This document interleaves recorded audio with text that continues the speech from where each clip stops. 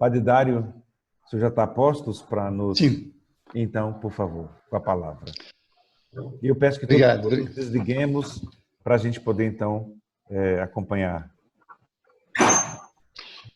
Obrigado, Daniel. Um abraço, Maria Luísa, Daniel, todas e todos. É um prazer estar aqui. Aliás, uma grande honra. Espero de poder ajudar. Vejo também várias pessoas conhecidas e cumprimento a todas. Parabéns pelo dia de ontem. Peço desculpa, não pude participar, mas o Daniel me disse ontem à noite que foi ótimo. Então, esperamos que hoje também seja tão intenso quanto. E como dá alento, né, ver gente pelo país todo que está com essa preocupação, mas ao mesmo tempo com essa esperança, né, de construção coletiva. Hoje vamos falar de fato desse tema da autoproteção, não só como um mecanismo de recuo, sabe, de quase de resignação frente aos ataques, mas ao contrário, um mecanismo de organização e cuidado, que neste momento é essencial para a gente não se deixar também surpreender por esta carga de violência que não é só física, mas é emotiva, né? Então, a autoproteção como mecanismo também de fortalecimento de vínculos, né? É sobre isso que falaremos. E vou me deixar ajudar por algumas imagens, assim vocês não ficam com muita careca e também fica um pouco mais criativo, né? O diálogo. Daniel, no caso, se estourar o tempo, tu me dá um toque, viu? Com certeza. Obrigado. Me diz se estão conseguindo ver. Dá para ver? Sim, pode colocar no modo Sim, né? apresentação. Isso, é isso. Pronto. Exato. Então, vamos dialogar um pouco sobre esta campanha, A Vida por um Fio. O subtítulo é Campanha de Autoproteção das Comunidades e Lideranças Ameaçadas. Acho que essa frase de Gênesis é simbólica, Deus passeando pelo jardim, tentando buscar um encontro de vida plena e integral com toda a criação, se depara logo com a primeira onda de violência. E a pergunta dele tem a ver não só com o irmão físico, Abel, mas tem a ver com toda a irmandade que nos une à criação, né? Então, nesse jardim, onde está nosso irmão, nossa irmã, nossa irmã criação inteira? E quanto estamos conseguindo cuidar e proteger uns dos outros? É aquilo que o próprio sínodo, como disse o Daniel, nos trouxe com vigor, né? A gente considera o sínodo não só, naturalmente, aquele mês de outubro do ano passado, mas um processo longo que partiu pelo menos um ano e meio antes e que envolveu centenas e milhares de pessoas nas comunidades, sobretudo da Panamazônia, num processo de escuta, de participação. E essa escuta trouxe para nós gritos que depois o documento final do sínodo sistematizou. O documento final diz: a depredação do território é acompanhada pelo derramamento de sangue inocente e pela criminalização dos defensores da Amazônia. Então, essa frase tentou sintetizar, imaginem, quantas denúncias, quantos gritos de socorro, né? Muitas comunidades que nos diziam: nós precisamos de aliados, precisamos que vocês, igreja também, sejam uma aliança para nós. E o Papa, na querida Amazônia, a exortação final, ele, em lugar de usar raciocínio, recorre muito à poesia. E escreveu, retomando duas poesias, uma do Peru e outra da Bolívia: são muitas as árvores onde morou a tortura. Vastas as florestas compradas entre 1000 mortes. Os madeireiros têm parlamentares e nossa Amazônia não tem quem a defenda. Se o sínodo trouxe essa constatação, a gente tinha ela de muitos outros lugares.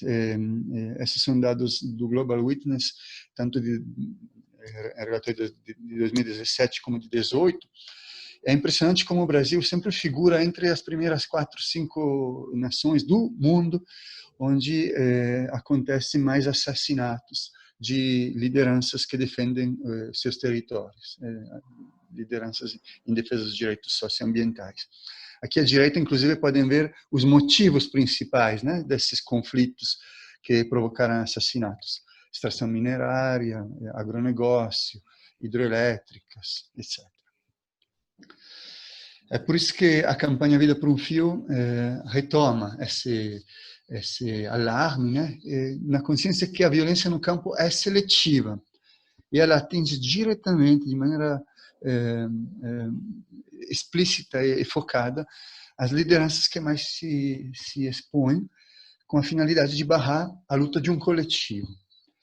É por isso que a gente disse, defender uma pessoa, defender uma comunidade, é defender causas inteiras, é defender todo esse processo de reafirmação do direito das comunidades de sonharem o seu futuro nos territórios. Não podemos falar de Vida por um Fio sem fazer memória dos muitos e muitas mártires na Amazônia. Exatamente porque não queremos mais que se repita martírio gratuito de tantos irmãos que estão agora novamente expostos. Nas palavras de Ezequiel Ramin, meu confrade comboniano, ele dizia: querido irmão, se a minha vida lhe pertence, a minha morte também lhe pertencerá. Pois é, nós queremos aqui consolidar ações para que as vidas nos pertençam e não sejamos obrigados a manter vivos só na memória os nossos mártires. O medo da morte não fez desistir Jesus do seu projeto de amor, porque o amor é mais forte do que a morte.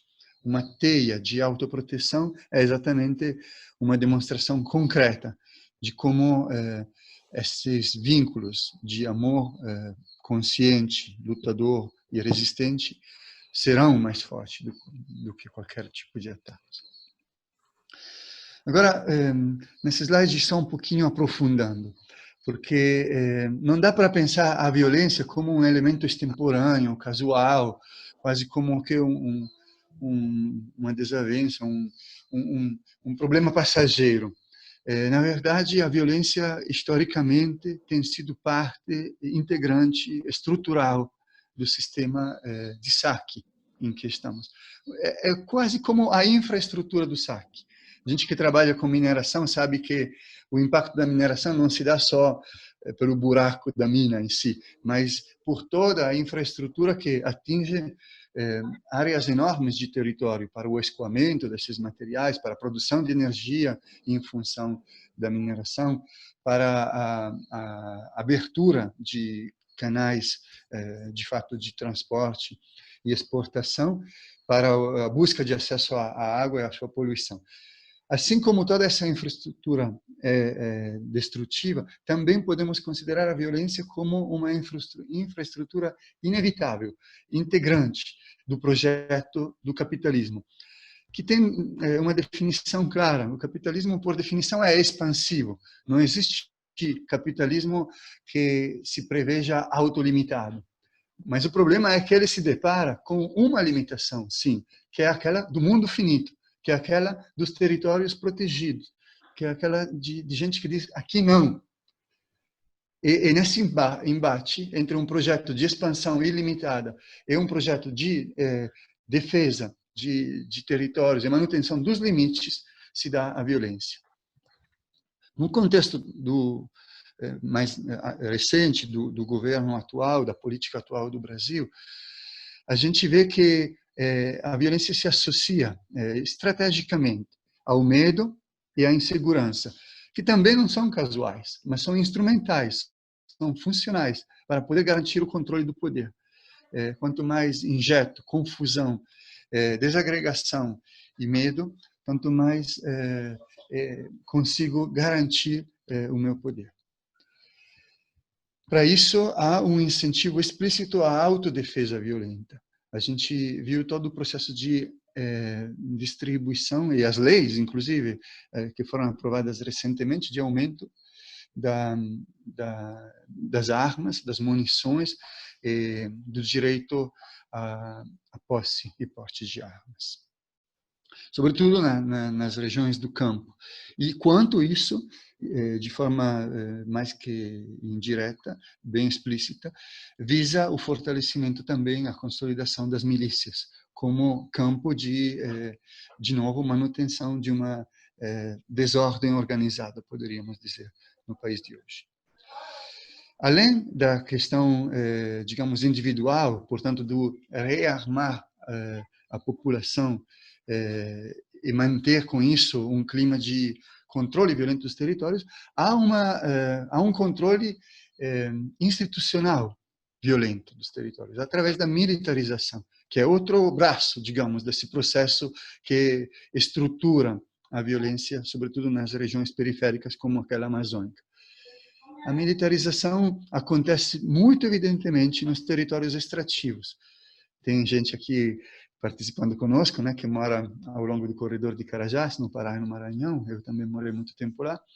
E é impressionante como, inclusive, acordos políticos assinados por nossos governantes facilitam as operações das mineradoras através também do financiamento, do deslocamento das forças militares nos territórios onde eles operam, para proteger a continuidade das operações e, com isso, intimidar qualquer tipo de outra reivindicação.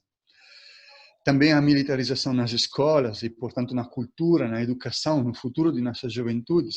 A militarização nas cidades, quando se ocupam bairros e regiões inteiras numa suposta luta contra as drogas e as facções.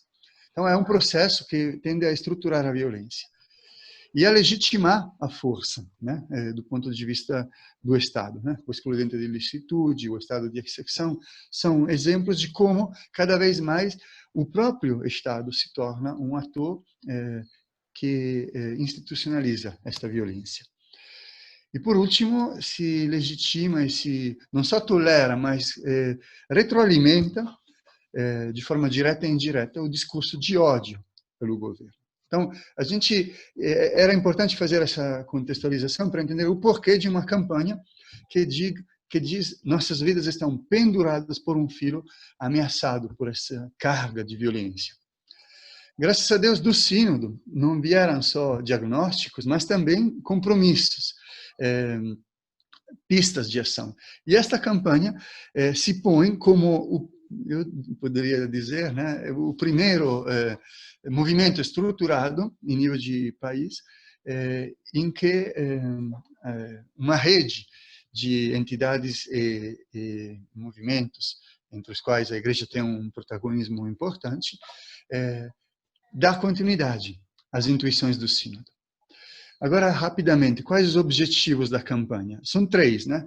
A autoproteção, a denúncia e, de novo, a incidência e a reivindicação de políticas públicas. Quando falamos de autoproteção, entendemos ajudar as comunidades a elaborarem ou a aperfeiçoarem, porque muitas delas já têm, mecanismos não violentos de defesa e mecanismos de autoproteção. Quando falamos de denúncia, entendemos a importância de não calar esse grito que constantemente se levanta. Onde está o teu irmão? Denunciar em nível nacional, em nível internacional, não só as mortes, mas aquilo que tentávamos descrever no slide anterior. Este sistema, esta cultura de ódio, ameaças, impunidades, de desmonte dos direitos adquiridos, né? E fazer isso não só dentro do Brasil, mas também fora, onde provavelmente temos hoje mais oportunidades de incidência com respeito a mudanças estruturais aqui no país. Por último, não queremos esquecer, e continuamos teimosamente reivindicando, os direitos públicos de defesa de pessoas e testemunhas. Isso, digamos, é um direito constitucional que foi transformado, em alguns casos, em políticas públicas de proteção. Algumas delas são políticas de Estado, já formulada em lei, outras são ainda políticas de governo, que estão estruturadas só por decretos, que poderiam, a partir de um governo hostil, ser facilmente cancelados. Então, um caminho importante é também fazer que estas políticas públicas sejam efetivamente assumidas como políticas de Estado e que sejam financiadas e estruturadas de maneira consistente. Quais as estratégias, quais as maneiras dessa campanha que está começando, né, trabalhar? Tem uma dimensão, de fato, de proteção coletiva, quer dizer, portanto, identificar junto às comunidades quais são os mecanismos, os protocolos, as dinâmicas, desde as mais cotidianas, as relações e as atitudes mais simples, até aquelas mais articuladas, para que possamos aprender coletivamente a nos proteger.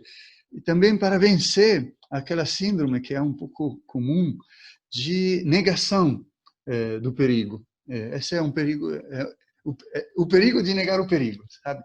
De não enxergar, de não pensar que pode acontecer conosco, de subestimar quase para não se assustar com isso, né?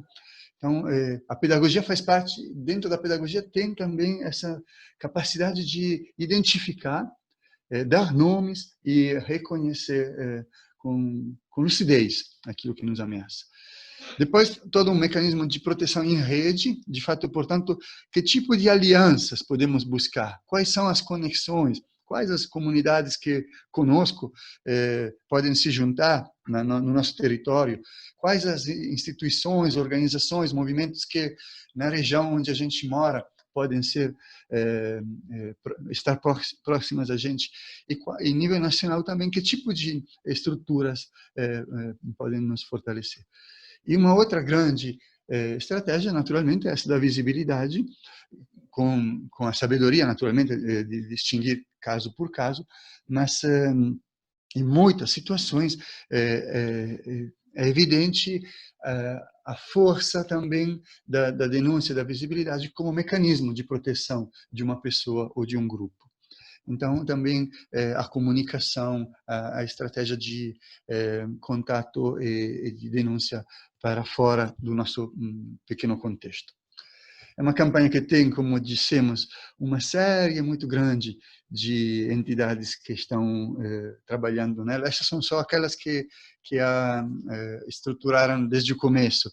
Além desse elenco, tem um elenco muito maior de entidades que aderiram, que estão acompanhando, que já estão trabalhando intensamente para a sua divulgação.